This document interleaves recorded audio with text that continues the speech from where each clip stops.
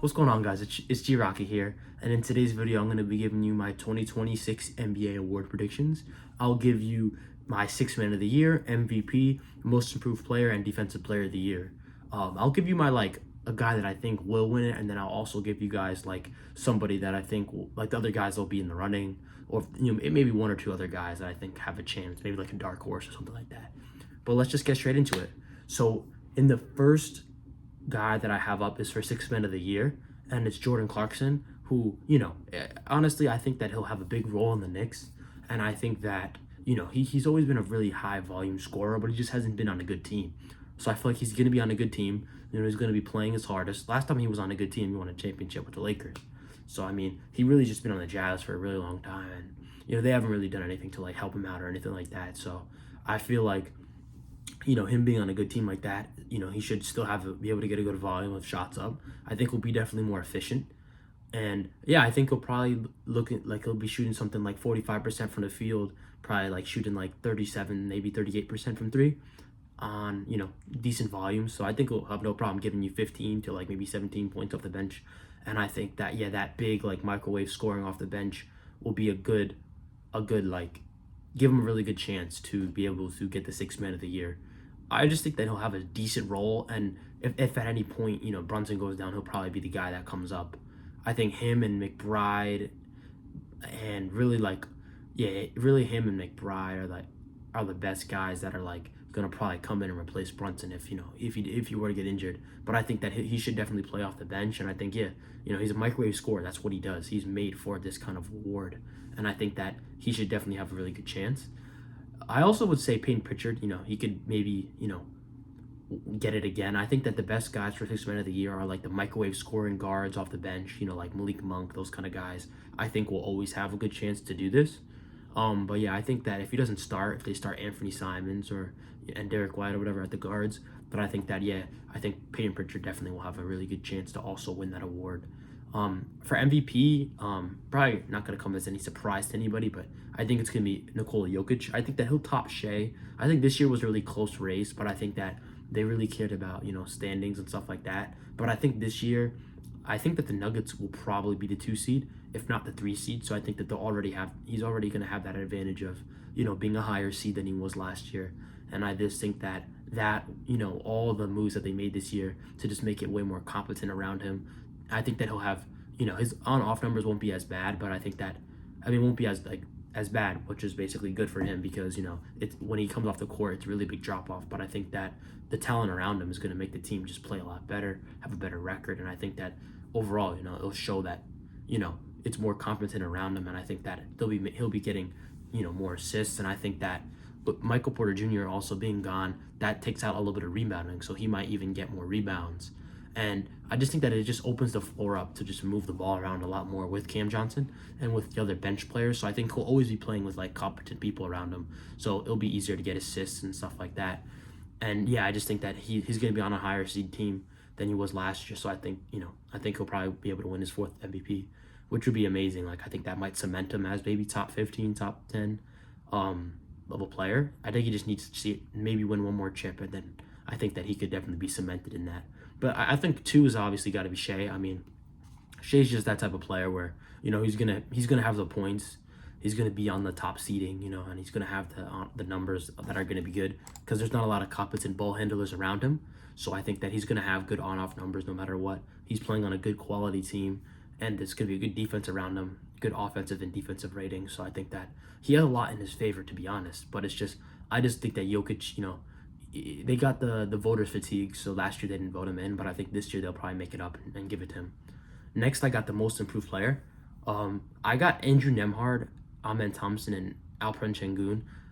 I'll start with Andrew Nembhard, who I think is just going to have a much bigger role, and I think that you've already seen his creation when, Halliburton's not on the floor, or when, even if he is on the floor, sometimes they just give him the ball and they say, go get a bucket, and you've seen him, even in the finals against Shea, he's had some really impressive, plays. And I think that he has the bag, and I think that it's going to be needed this year for them because he's going to be the second option behind Siakam. And if Siakam ever goes down and it's just him on the floor, that's the only guy that can really create his own shot. So I think that it's definitely going to be really big for Andrew Nembhard this year.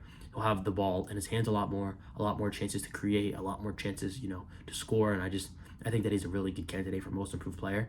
I also think Amen Thompson, he's just taking leap after leap every year. So I think there's another one this year. And I think with them actually having some competent, scoring around him, I think that it's going to open up the lanes to go downhill because they're having more shooting. They're having more shot creation. So it's going to be less attention on him. So he'll be able to go downhill a lot more.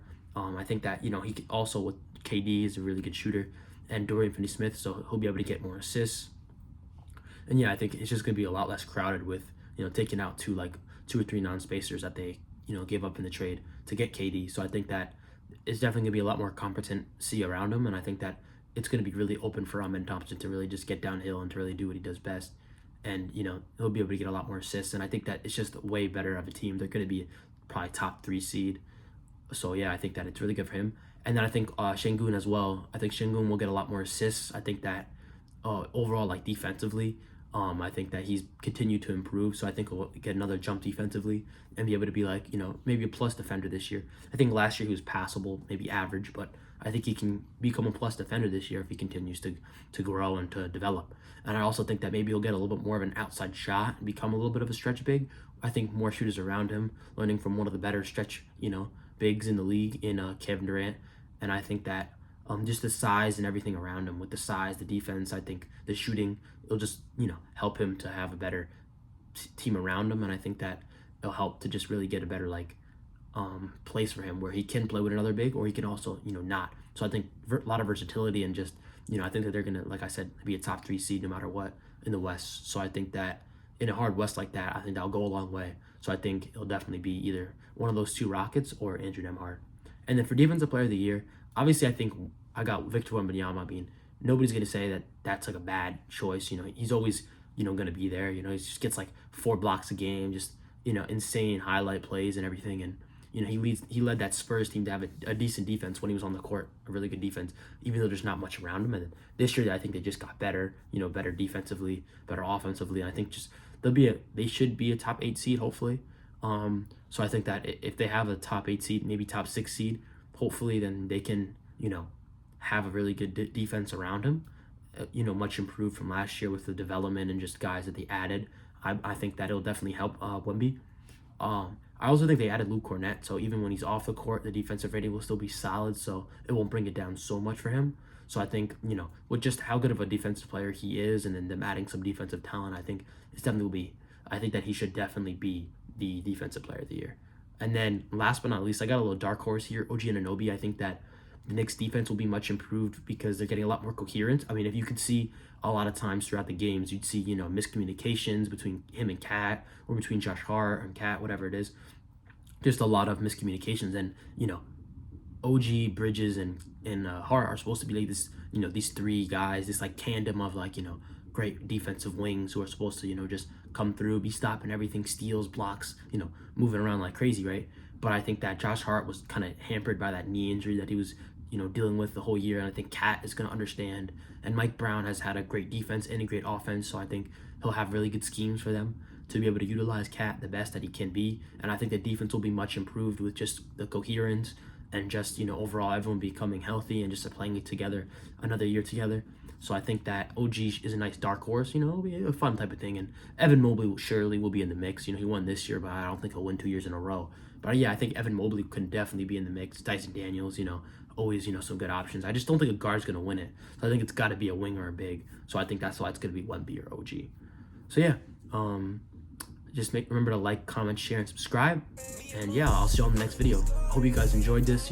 Just let me know if you have any video ideas or any type of, just, anything that you think I should speak on, or, let me know your favorite parts of the video and who you guys think will be, win all these awards. So I'll see you all in the next video.